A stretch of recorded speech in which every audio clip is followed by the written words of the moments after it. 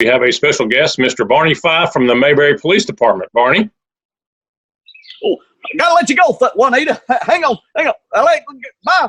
Hey, Ange did say you'd be calling, Coach. How you doing? How you doing, Barney? Is everything all right today? Oh, everything's great, buddy. Big. One word for it's big. Glad to be. We appreciate you joining us today, and we're going to run through some questions for you today. Does that sound all right? Well, that's big, buddy. Yeah, go ahead. Shoot them. Okay. I want to discuss your car buying experience when you bought a car from Mrs. Lesh. You purchased a 1954 Ford sedan from her that was only driven on Sundays to church. What did you learn from this experience? Well, you can't trust little old ladies for one thing. Hubcap's Lesh, you know what? She's a crook. Yeah. No more drove it on Sundays. You spent, let's see, I think it was all the money you had. How much money? Do you remember how much money that was? Well, she wanted $298.50, and I gave her a $1.50 tip. I gave $300 for that jalopy. Wow, $300 for that Ford sedan. Yeah. Well, okay. The so-called fun girls turned out to be not so fun for you and Andy. Were you happy that Goober and Gomer both ended up with the girls instead of you all? They caused us all kinds of trouble with Helen and Thelma Lou. Yeah, those fun girls. They were, well, Skippy and Daphne, they were fun girls, but, you know, Goober and Gomer fit better with them girls. Helen and Thelma Lou, like, never forgave me and Ange. All right.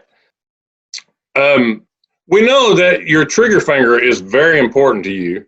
And once you got a manicure from a manicurist, and you only let her do 9 fingers, but you ended up letting her do the 10th finger, which the 10th finger, what do you call your 10th finger there? Well, that's my trigger finger. I lose that, I'm out of business. So is that why you didn't let her do your trigger finger at first? You mean, well, I ended up letting her do it? Well, yes. Did you see Ellen Brown? Well, okay, makes sense. Can you describe putting the big freeze on interlopers, and what exactly is an interloper? Well, an interloper, somebody comes to Mayberry and tries to, well, you know, the citizens of Mayberry, we're kind of cliquish. And Ange and I had Ange coming in, people trying to tell us how to run the sheriff's office, and I told him, I said, when they come in, I'm giving them the big freeze. The big freeze. And that's when you know, the cold shoulder, kind of don't let them run over you. We know what we're doing. We're professionals. Okay, so you don't pay attention to them when they come in and try to tell you what to do in Mayberry. I know how to freeze. Okay. You're a man of many, many talents, and I have heard that Mr. Ralph Pritchard had to drop out as first tenor of the Mayberry Choir. Thelma Lou says that you can't sing a lick, but you seem to think that you can. What do you say to her about saying that you can't sing a lick and you want to be the first tenor in the Mayberry Choir? She said what? She said you can't sing. Not a lick. What? Oh, listen. Not a lick. Listen, a choir without its tenor is like a star without its glimmer, buddy. I can sing. I got a voice teacher. Eleanor Potus told me I had it. Yeah, I got it. Okay. All right. Moving on. Next question for you. And this is probably one of the biggest ones you probably had to deal with in your time as a deputy with the Mayberry Police Department. You once gave Gomer a ticket for a 9/11 violation, and you stated if your mother did the exact same thing, you would have to give her a ticket as well. Can you explain to us what a 9/11 violation is, and why does Gomer think that there's 2 sets of rules after he citizen arrested you?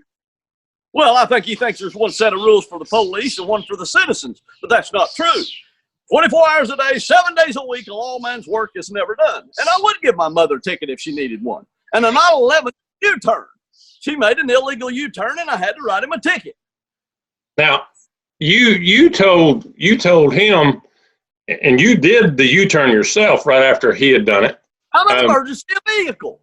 Oh, okay. So you're in an emergency vehicle, so that makes it okay. It's an emergency vehicle. Okay. So, and he's not in an emergency vehicle. Is that correct? No, he was taking batteries over to the drugstore, I believe. Okay. All right. I see the difference now. I get what you're saying. All right.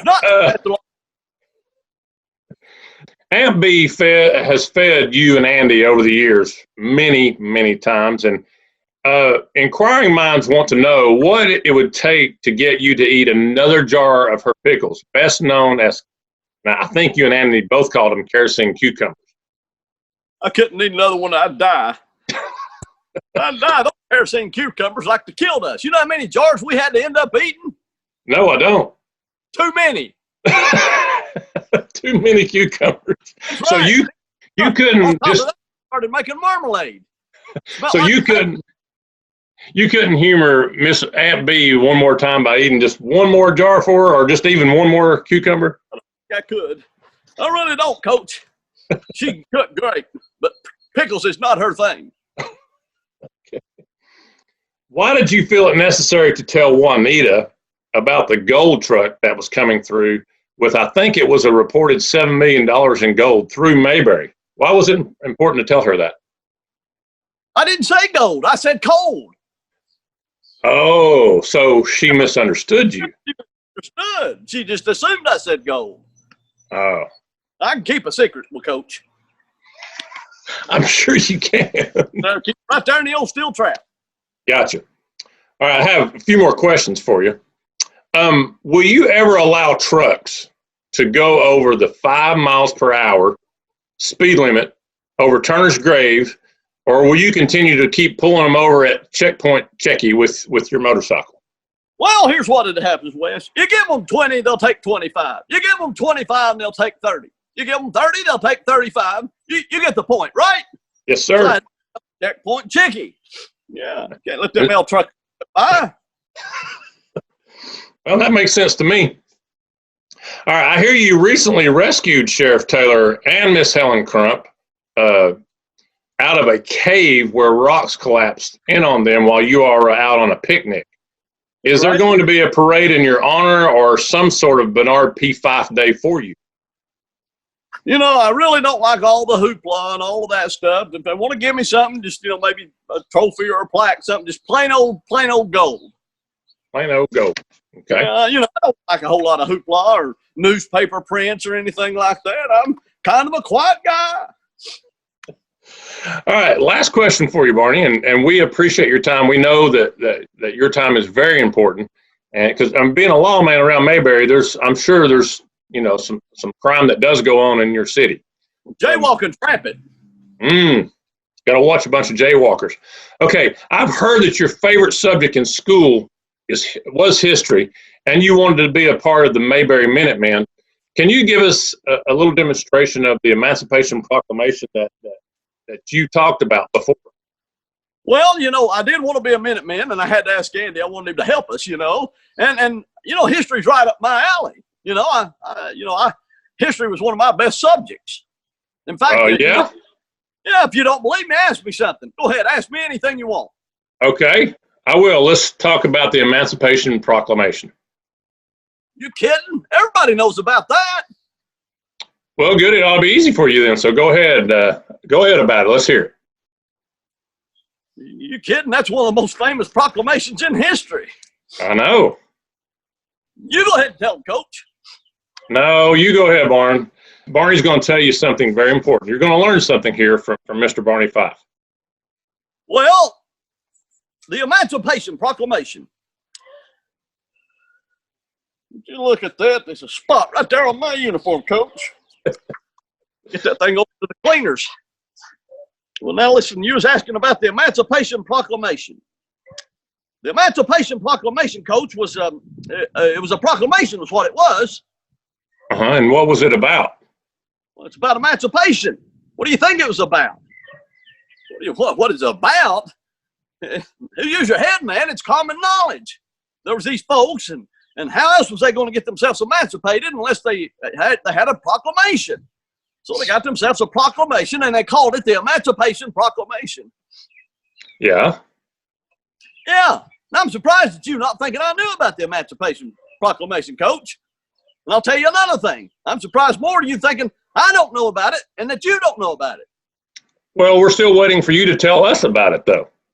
Well, if you get all smart alecky about it, then I don't think I'm going to tell you about it. Okay, then don't tell us about the Emancipation Proclamation. Well, that's all the time we have today with Mr. Barney Fife. Barney, thank you so much for joining us this afternoon and today. Thanks, Coach. If you need to know anything else about history, just let me know.